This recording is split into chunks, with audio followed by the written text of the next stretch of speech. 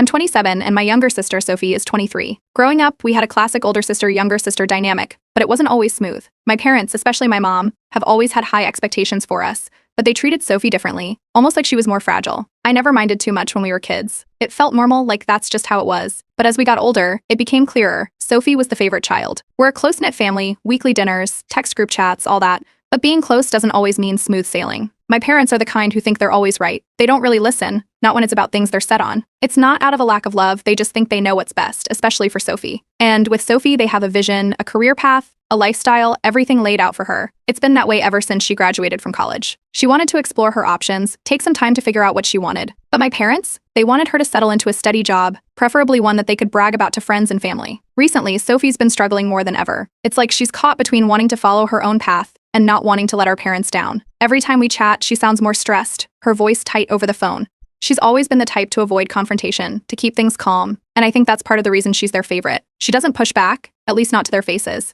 But behind the scenes, with me, she's different. She vents, she cries, and she admits that she's feeling suffocated by their expectations. A few weeks ago, she came over to my apartment. She looked exhausted, like she hadn't slept properly in days. We sat on the couch, and she started talking about how she felt like she was losing control over her life, how our parents just wouldn't get off her back about her lack of direction. I thought she was just looking to vent like usual, but then she dropped the bomb. She asked me to be the bad cop in all of this. Her idea was that if I spoke up, if I was the one to bring up her struggles to our parents, maybe they'd take it seriously. She figured that if it came from me, it wouldn't sound like whining, it'd sound more like a serious concern. I could see where she was coming from. She thought our parents might actually listen if they believed I was worried about her. But it also felt like she was asking me to take a bullet for her, to be the one to go up against our parents while she stayed in the background. I didn't answer her right away. I just sat there, trying to process what she was asking me to do. It wasn't like I didn't want to help her, she's my sister. But I knew how our parents could be. They would take it as me siding against them, turning my back on everything they've done for us. I remembered a few years back when I tried to speak up for her about something way less serious. It didn't go well. My mom had barely spoken to me for weeks, and my dad just kept saying how disappointed he was. Still, seeing Sophie sitting there, looking so defeated,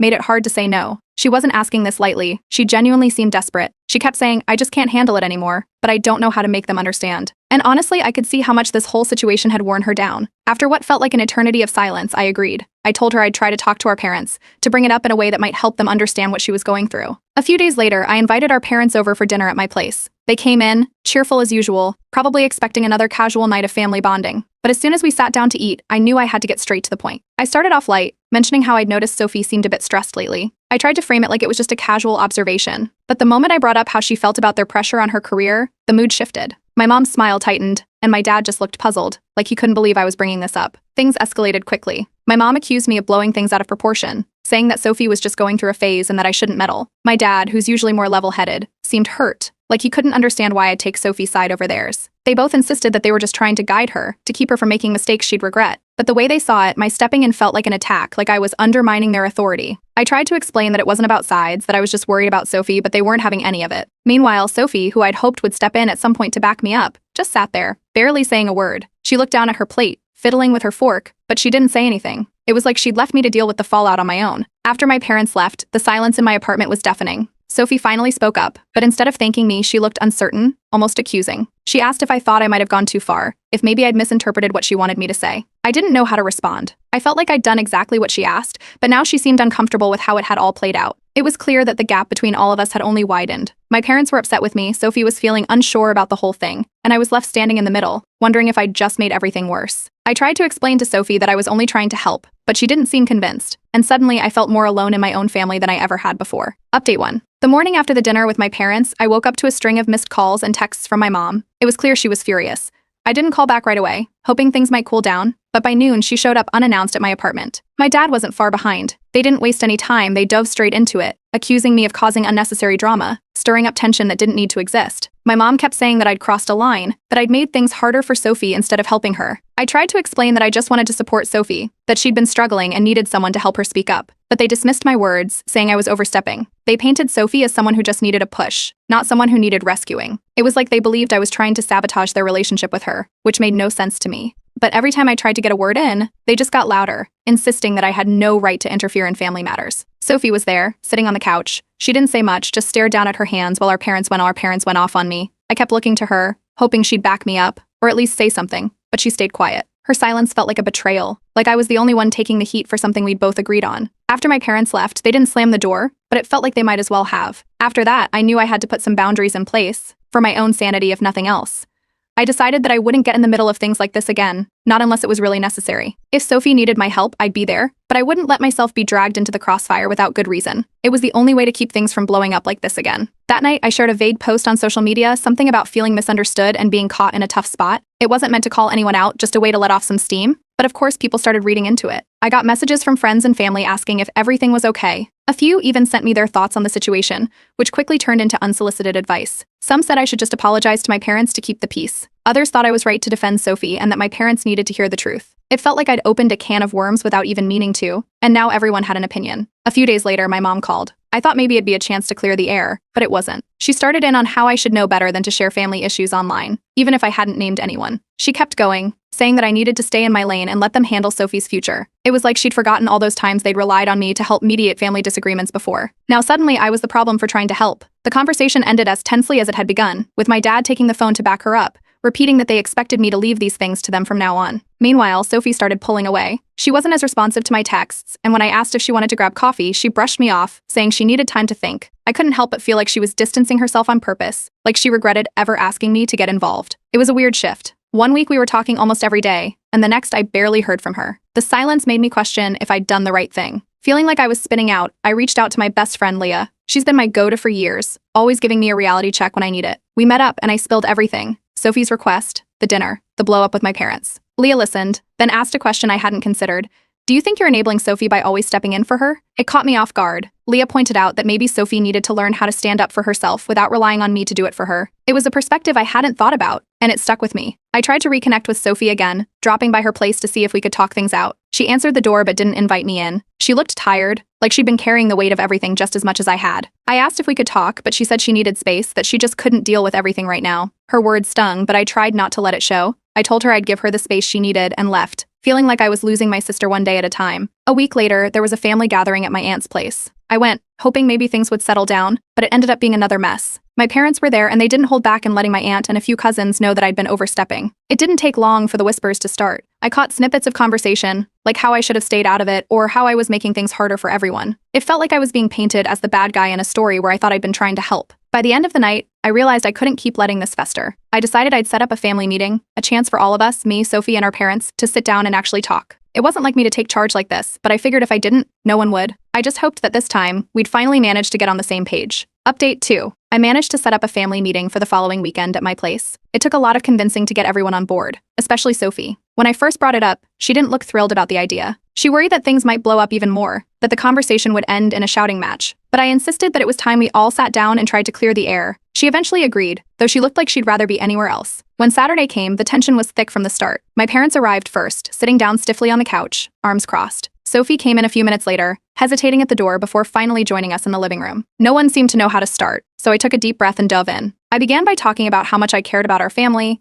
how I wanted us to be close like we used to be. I said I felt like things had gotten out of hand, and that I didn't want anyone feeling like they weren't being heard. My mom's expression barely softened, and my dad just gave a tight nod. I could feel Sophie's eyes on me, but she stayed silent, still not sure how things were going to go. Then, like clockwork, my mom started talking about how I'd stirred up trouble by bringing up Sophie's issues. She said that all I'd done was add fuel to the fire, and that things were fine before I got involved. My dad backed her up, adding that they thought I should focus on my own life instead of trying to fix theirs. The defensiveness was palpable, and I could tell they thought I was the one who had caused this whole mess. I tried to keep my tone steady as I explained that I never meant to undermine them. I told them that I was worried about Sophie and that she had come to me for help. I just wanted to be there for her. But it felt like talking to a brick wall. They kept turning my words into accusations, like I was blaming them for everything. Out of nowhere, Sophie finally spoke up. Her voice wavered, but she kept going. She admitted that she'd been feeling stuck, that she couldn't keep up with what our parents wanted for her life. She told them that the pressure was too much, and that she felt like she couldn't breathe sometimes. For a moment, the room went quiet, like no one knew what to say. That's when I brought up the real reason we were there, that night when Sophie had asked me to talk to them on her behalf. My parents looked surprised, like they hadn't considered that she might have wanted my help in the first place. Sophie nodded, backing me up, and said that she didn't know how else to make them listen. It was emotional, but it felt like for the first time in a while we were all being honest. As we talked, something unexpected happened. My parents, especially my dad, started opening up too. They admitted that they were scared for Sophie, that they worried about her not having a stable career path like I did. My mom even confessed that she didn't know how to relate to Sophie's struggles, that it reminded her too much of her own uncertainties when she was young. I could tell it wasn't easy for them to admit those fears, but it gave me a new perspective on where they were coming from. But the honesty also led to some blow-ups. My mom got teary-eyed, insisting that they'd only ever wanted the best for us, and my dad's voice rose as he talked about how hard he'd worked to give us opportunities. Sophie snapped back, saying that their good intentions felt like control, not love. It wasn't pretty, voices were raised, and at one point Sophie almost walked out, but I managed to convince her to stay. Somehow, after all the yelling and the raw emotions, we started talking about boundaries. I told them that Sophie needed space to make her own choices, even if it meant making mistakes. My dad shifted uncomfortably but eventually nodded. My mom looked like she wanted to argue, but instead she just sighed, her shoulders dropping as if she'd finally realized she couldn't keep pushing the way she had been. By the end of the meeting, we reached a sort of tentative compromise. My parents agreed to give Sophie more room to figure things out without constant pressure about her career choices. They also acknowledged that I wasn't trying to turn Sophie against them. It wasn't perfect, and I could see the uncertainty in their faces, but it was a start. Before they left, my mom pulled me aside and, in a voice barely above a whisper, thanked me for trying to mediate, even if she didn't agree with how I'd handled it at first. It wasn't exactly the heartfelt apology I'd been hoping for, but it felt like a step in the right direction. My dad gave me a quick, awkward hug which caught me off guard, but I appreciated it. After they left, Sophie lingered behind. She looked more relaxed than she had in weeks, like a weight had been lifted off her shoulders. She thanked me for pushing through with the meeting, for sticking up for her even when things got tough. It wasn't a grand gesture, just a quiet acknowledgement between sisters, but it meant a lot. It felt like we were finally on the same side again. As I closed the door behind her, I realized I actually felt hopeful for the first time in a while. The meeting wasn't perfect, and I knew there'd be more bumps in the road, but it felt like we turned a corner. Maybe, just maybe, we'd find a way to be a family without tearing each other apart. Update 3. After the family meeting, I thought we might be heading toward a calmer phase, but it didn't take long for things to get messy again. Word of our little intervention spread fast among our extended family, and not everyone liked what they heard. My aunt, my dad's sister, was the first to call, hinting that I'd gone too far and suggesting I should just let my parents handle Sophie's choices. I tried to brush it off, but it kept coming up at every family gathering. Relatives would pull me aside, making comments like, you shouldn't interfere too much. It's their job to guide Sophie. The whisper spread, and soon enough, the narrative turned against me. It felt like every time I saw a relative, there was a new story about how I'd supposedly undermined my parents. Some even hinted that I was the reason Sophie seemed so lost lately. It stung more than I expected, and suddenly I found myself feeling like an outsider within my own family. One evening, just as I was starting to feel like everyone was against me, my cousin Leah, different from my best friend Leah, called me. We hadn't been close in years, but she'd heard the gossip. She told me about her own struggles with her parents, how they had tried to control her life until she moved out of state to get some distance. She mentioned how difficult it was to find balance and how easy it was for families to put all the pressure on the person who tries to mediate. It was a relief to hear her perspective, like maybe I wasn't the only one who'd gone through this. She even suggested family counseling, something I'd never really considered before. At first, the idea seemed over the top, but the more she talked about how much it helped her, the more I thought it might be worth a shot. Meanwhile, Sophie was pulling back again. At first, she'd seemed lighter after the meeting, but now she was avoiding my calls and ignoring my texts. I tried dropping by her apartment, but she barely spoke, giving short answers and insisting she was just busy. It felt like the more I reached out, the further she retreated. I started worrying that maybe all the tension had pushed her to a breaking point, but she wouldn't let me in long enough to find out what was really going on. At the same time, my parents kept pushing me from the other side. My mom called almost daily, suggesting I needed to snap Sophie out of it and get her back on track. My dad wasn't much better, saying that as the older sister, it was my responsibility to make sure Sophie didn't throw her future away. It was like they'd forgotten everything we talked about at the family meeting. Every conversation felt like a tug of war, with me stuck in the middle, trying to keep the peace without betraying Sophie's trust. With all the pressure mounting, I decided to take Leah's advice and see a therapist on my own. I figured if I couldn't get everyone on the same page, maybe I could at least find some clarity for myself. The therapist helped me see that the patterns in our family had been there long before this latest drama. She pointed out that I'd been playing the role of peacemaker for years, always stepping in to smooth things over. But she also taught me some conflict resolution techniques, like how to set boundaries without feeling like I was abandoning anyone. Around this time, Sophie hit her breaking point. Late one night, I got a frantic text from her asking if she could come over. She arrived looking exhausted, like she hadn't slept in days. She admitted that she felt like she was spiraling, that the constant back and forth between wanting to please our parents and trying to find her own path was eating away at her. She broke down in a way I hadn't seen before, confessing that she didn't know how to deal with everyone's expectations anymore. We stayed up for hours, just talking. It felt like a turning point, like she finally trusted me enough to let me in. I listened as she vented about how lost she felt and how she wished she could just disappear from all the pressure. It made me realize how much of her struggles mirrored what I'd gone through when I first moved out, trying to find that balance between family loyalty and carving out her own life. After that night, I knew I needed to talk to my parents again, this time with a clearer head. I used what I'd learned in therapy, focusing on boundaries. I told them that Sophie needed space to make her own choices, even if they didn't always agree with them. My mom tried to argue, saying she was only doing what was best for Sophie, but I stood firm, reminding them that this wasn't about controlling her path but letting her figure it out on her own terms. Things came to a head at our next big family gathering. It was supposed to be a casual dinner, but tensions were high, and it didn't take long for the conversation to turn to Sophie's future again. My mom made a comment about how young people these days don't know what hard work looks like, and my dad followed up with a remark about how Sophie should be more like me. It was obvious they weren't over the fact that she wasn't following their plan. Before I could intervene, Sophie stood up, her face flushed with frustration. She told them that she was tired of being compared, tired of feeling like she wasn't enough just because her path looked different from mine. The room went silent. It was the first time she'd ever spoken up like that. and I could see the shock on my parents' faces. They tried to respond, but she held her ground, saying that if they couldn't accept her choices, then they didn't really care about her happiness. It was messy and emotional, but it felt like a breakthrough. For the first time, Sophie wasn't just letting things slide. She was standing up for herself, even if it meant clashing with our parents. And in that moment, I saw a glimpse of the sister I always knew she could be, strong, independent, and unafraid to speak her mind. When the dust settled, the tension in the room was palpable, but there was a strange sense of relief too. Like maybe after everything, we'd finally managed to start breaking out of our old patterns. It wasn't a perfect solution, but it felt like a step towards something better. And I couldn't help but hope that this time, we might actually be on the right track. Update 4. After Sophie's outburst at the family gathering, something shifted. My parents seemed shaken by her words, and though it wasn't an instant change, I noticed them trying to be more careful about how they approached her. Conversations that would have been tense before became slightly more open,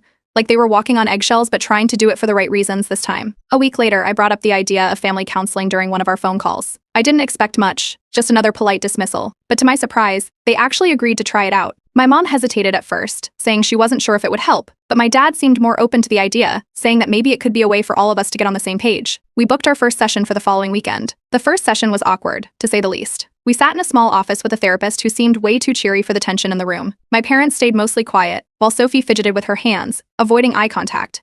I felt like I had to do most of the talking, trying to explain why we were there without making anyone feel attacked. But as the hour went on, things began to shift. The therapist guided the conversation in a way that made my parents open up, talking about their worries for the future, their fears of losing connection with Sophie. My mom even admitted that she didn't know how to handle the changes in our family and that sometimes it felt like she was losing control. Sophie was quiet at first, but eventually she shared how much the pressure had been affecting her, how she felt like she could never meet their expectations. It was tough, but there were moments when my parents actually seemed to listen, like they were hearing her for the first time. By the end of the session, the air felt a little lighter. It wasn't a magical fix, but it felt like we'd taken a step forward. Over the next few weeks, we kept going to counseling sessions. They weren't easy. There were still plenty of tense moments, but we started to build new ways of communicating. The therapist encouraged us to have regular family check-ins where we could talk about any concerns without it turning into a full-blown argument. It was weird at first, but slowly we began to get the hang of it. Meanwhile, Sophie seemed to blossom in a way I hadn't seen before. She started making more decisions for herself, signing up for a new course she was interested in, and even taking on a part-time job that she'd chosen for herself, not because it fit our parents' vision of success. I could see her confidence growing, and I tried to support her whenever I could,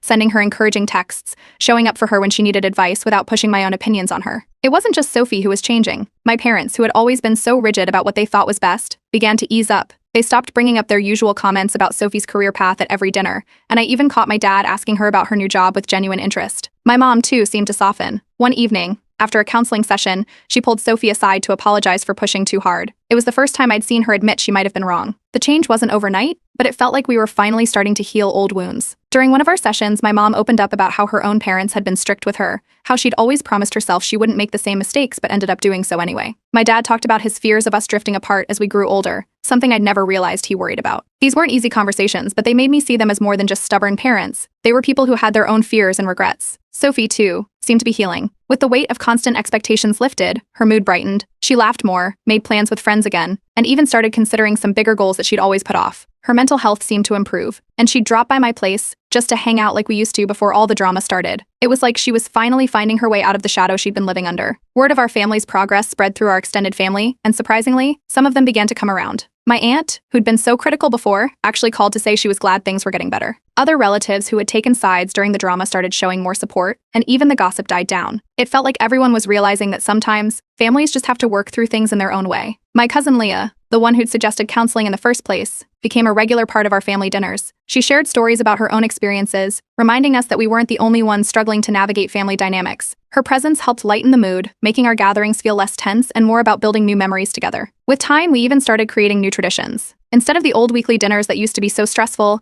we planned game nights and outings that were less about checking boxes and more about enjoying each other's company. It wasn't perfect. There were still moments when my parents would slip back into old habits, but those moments didn't feel as permanent as they used to. As for me, I found myself reflecting a lot on how much had changed. I realized that learning to set boundaries didn't mean shutting people out. It meant figuring out how to keep myself from getting lost in the chaos. It wasn't easy, but it felt like I was growing into a stronger version of myself, one who could support Sophie while still looking out for my own well-being. Looking back on everything, I can finally see the light at the end of the tunnel. It's not like all our problems disappeared overnight, but there's a sense of hope that wasn't there before. And as I watched Sophie finding her way, I couldn't help but feel proud of how far we'd all come. For the first time in a long time, it felt like maybe, just maybe, we were all going to be okay. Update 5. A few months after our last counseling session, my parents organized a big family reunion at their house. It was the first time in years that they'd invited everyone over, and they wanted to celebrate some of the positive changes we'd all been working on. It felt like a chance to test out our new dynamic in a bigger setting, with all the relatives who had watched the drama unfold from the sidelines. I was nervous, but also curious to see how things would play out. Sophie arrived at the reunion looking more confident than I'd ever seen her. She walked in with a relaxed smile, chatting easily with cousins and catching up with relatives she hadn't seen in months. It was like a complete shift from the Sophie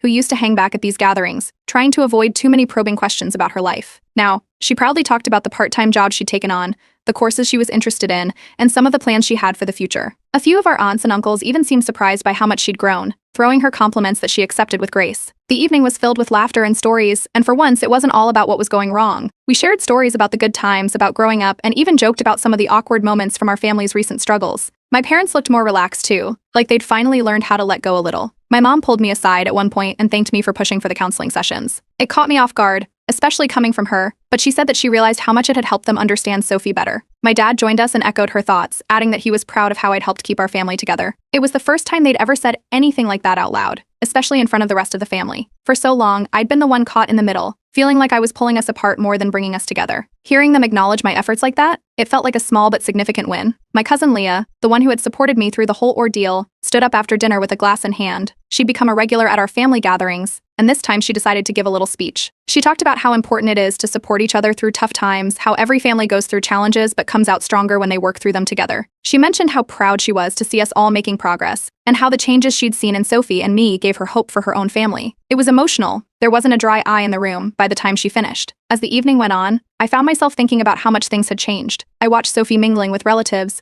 my parents chatting more openly with everyone, and I felt a sense of relief that had been missing for so long. It was clear that we'd all grown in different ways. I realized that standing up for myself and for Sophie wasn't just about the hard conversations. It was about showing up for each other when it mattered, even when it wasn't easy. At one point, Sophie pulled me aside, her face lighting up as she shared her latest plans. She wanted to move into her own apartment soon, find a new job that aligned more with her interests, and maybe even look into a degree she'd been considering for a while. She seemed genuinely excited, and when she mentioned it to our parents, they actually encouraged her. My mom even offered to help her look for places, while my dad talked about helping her with the moving process. It felt like a complete 180 from the days when any mention of Sophie doing her own thing would have led to an argument. As the night wound down, I found a quiet corner to take it all in. I thought about the journey we'd been on, how messy, frustrating, and sometimes heartbreaking it had been, but I also saw how far we'd come. My parents had learned to listen. Sophie had found her voice, and I had learned how to set boundaries without feeling guilty about it. It wasn't the picture-perfect resolution I might have hoped for, but it was real, and it was ours. We talked a lot that night about what we'd learned in therapy, about how understanding each other's perspectives had helped us get to this point. The therapist's insights about communication and empathy had made a huge difference, even beyond the sessions. We started sharing the little things we appreciated about each other, stuff that had been buried under all the tension for so long. It felt like a new chapter. We focused on making new memories, things that weren't defined by the conflict that had consumed us for so long. My parents even suggested a few new traditions, like taking turns hosting small family dinners without the pressure of having everything be perfect. It was a simple change, but it made a world of difference in how we connected. I know that future challenges will come up. Every family has its ups and downs, but for the first time, I feel like we have the tools to handle them. We've learned how to talk to each other without it turning into a battle, how to support each other's choices without feeling like it's a competition. Before we all left that night, I hugged Sophie and thanked her for trusting me, for letting me help even when things got tough. She squeezed back and just smiled, a genuine, warm smile that I hadn't seen in a long time. As I drove home, I couldn't help but feel like everything we'd been through had led to this moment. We'd fought, we'd struggled, but in the end, we found a way to come back together. And for the first time in a long time, I felt optimistic about where we were headed. Love and understanding had pulled us through the hardest moments, and I believed that it could keep us going, no matter what came next.